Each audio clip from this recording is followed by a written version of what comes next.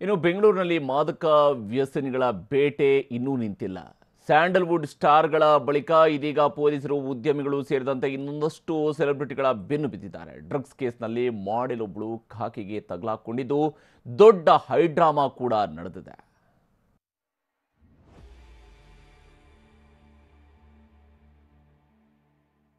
ಬೆಂಗಳೂರಿನಲ್ಲಿ ಮತ್ತೊಂದು ಮಾದಕ ಬೇಟೆ.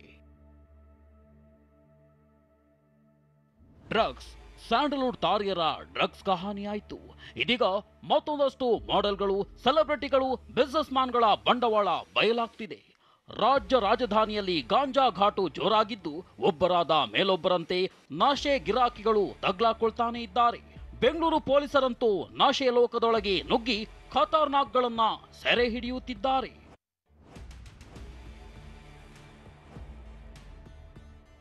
ಮಾಡೆಲ್ ಸೋನಿಯಾ ಅಗರ್ವಾಲ್ ಖಾಕಿ ವಶಕ್ಕೆ.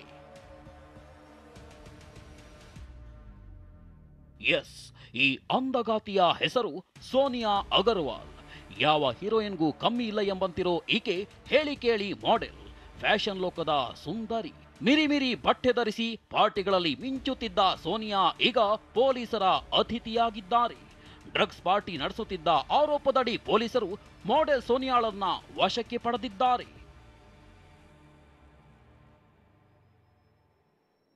ಪೊಲೀಸರಿಗೆ ಚಳ್ಳೆಹಣ್ಣು ತಿನ್ನಿಸೋಕೆ ಯತ್ನಿಸಿದ ಸೋನಿಯಾ. ನಿಜ, ಸೋನಿಯಾ ಅಗರ್ವಾಲ್ ಡ್ರಗ್ಸ್ ಪಾರ್ಟಿ ನಡೆಸುತ್ತಿದ್ದ ಬಗ್ಗೆ ಮಾಹಿತಿ ಸಂಗ್ರಹಿಸಿದ ಪೊಲೀಸರು ಇಂದು ಆಕೆಯನ್ನ ಅರೆಸ್ಟ್ ಮಾಡೋಕೆ ನಿರ್ಧರಿಸಿದ್ರು. ಬೆಂಗಳೂರಿನ ಗೋವಿಂದಪುರ ಠಾಣಾ ಪೊಲೀಸರು ಆಕೆಯ ಮನೆ ಮೇಲೆ ರೇಡ್ ನಡೆಸಿದ್ರು. ಸೋನಿಯಾ ಮಾತ್ರ ಅಲ್ಲಿ ಇರಲೇ ಇಲ್ಲ. ಆದರೆ ಐಷಾರಾಮಿ ಹೋಟೆಲ್ ಐಟಿಸಿ ಗಾರ್ಡನಿಯಾದಲ್ಲೇ ಆಕೆ ಉಳಿದುಕೊಂಡಿರೋದು ಗೊತ್ತಾಗುತ್ತಲೇ ಖಾಕಿ ಜೀಪ್ ಅತ್ತ ಕಡೆ ತಿರುಗಿತ್ತು.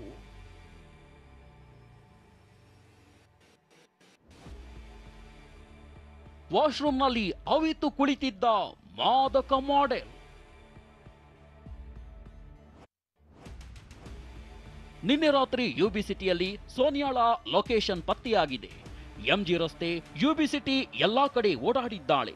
ರಾತ್ರಿ ಐಟಿಸಿ ಗಾರ್ಡನಿಯ ಹೋಟೆಲ್ನಲ್ಲಿ ಉಳಿದುಕೊಂಡಿದ್ದಾಳೆ. ಟಿವಿಯಲ್ಲಿ ಸೋನಿಯಾ ಬಗ್ಗೆ ಸುದ್ದಿ ಬರ್ತಿರೋ ಬಗ್ಗೆ ಯಾರೋ ಆಕೆಗೆ ಹೇಳಿದ್ದಾರೆ. ಈ ವೇಳೆ ಪೊಲೀಸರಿಂದ ತಪ್ಪಿಸಿಕೊಳ್ಳಲು ಸೋನಿಯಾ ಯತ್ನಿಸಿದ್ದಾಳೆ. ಪೊಲೀಸರು ಬರ್ತಿದ್ದ ಹಾಗೆ ಸೋನಿಯಾ ಜೆಂಟ್ಸ್ ಟಾಯ್ಲೆಟ್ ಸೇರಿಕೊಂಡಿದ್ಲು. ಅರ್ಧ ಮುಕ್ಕಾಲು ಗಂಟೆ ಹೊರಗೆ ಬಾರದೆ ಸತಾಯಿಸಿದ್ದಾಳೆ. ಕೊನೆಗೆ ಬಾಗಿಲು ತೆಗೆಸುವಲ್ಲಿ ಪೊಲೀಸರು ಯಶಸ್ವಿಯಾಗಿದ್ದಾರೆ. ಆಗಲೂ ಮಾಡೆಲ್ ಸೋನಿಯಾ ಡ್ರಾಮಾ ಶುರು ಮಾಡಿದ್ದಾಳೆ. ಮರ್ಯಾದೆ ಹೋಗುತ್ತೆ, ಬರಲ್ಲ ಅಂತ ಹಠ ಹಿಡಿದಿದ್ಲು.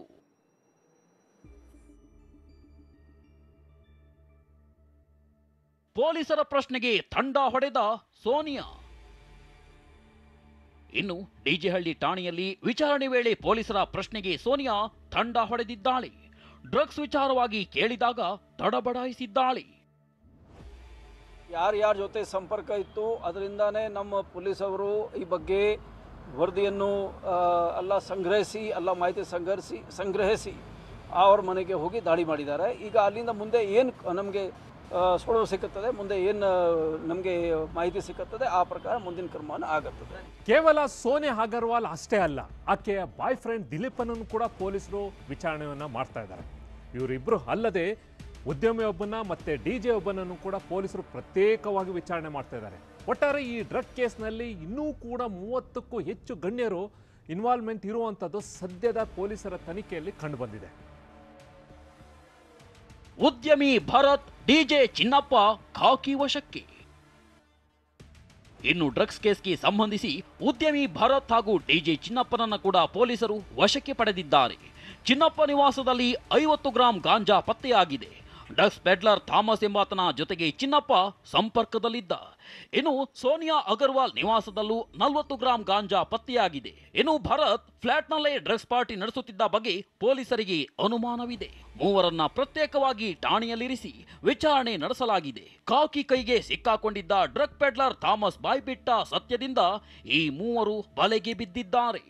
ಮನೆಯ ತಪಾಸಣೆಯ ಸಂದರ್ಭದಲ್ಲಿ ಗಾಂಜಾ ಕೂಡ ಸಿಕ್ಕಿದೆ. ಅದರ ಬಗ್ಗೆ ಸಹ ತನಿಖೆ ನಡೀತಾ ಇದೆ. ಯುವತಿಯ ಜೊತೆ ಇದ್ದಂಥ ಇನ್ನೊಬ್ಬ ಯುವಕನನ್ನು ಸಹ ವಿಚಾರಣೆಗೆ ಒಳಪಡಿಸಲಾಗಿದೆ. ಶಾಕಿಂಗ್ ಸಂಗತಿ ಅಂದ್ರೆ ಡ್ರಗ್ಸ್ ಪೆಡ್ಲರ್ ಥಾಮಸ್ ಕಾಂಟ್ಯಾಕ್ಟ್ನಲ್ಲೇ ಬರೋಬ್ಬರಿ 30 ಜನ ಇದ್ದಾರಂತೆ. ಪೊಲೀಸರು ಸದ್ಯ ಆ 30 ಜನರ ಬೆನ್ನು ಬಿದ್ದಿದ್ದಾರೆ.